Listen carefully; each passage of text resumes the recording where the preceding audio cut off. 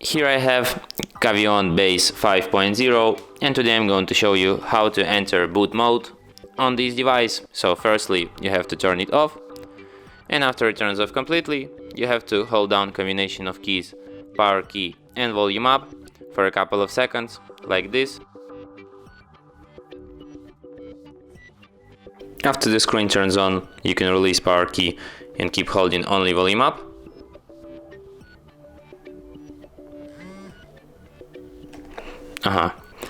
And that's how you enter boot mode.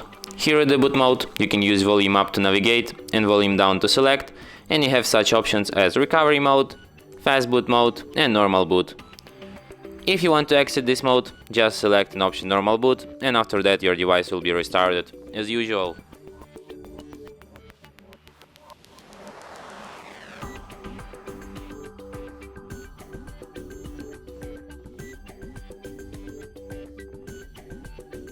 And that's it.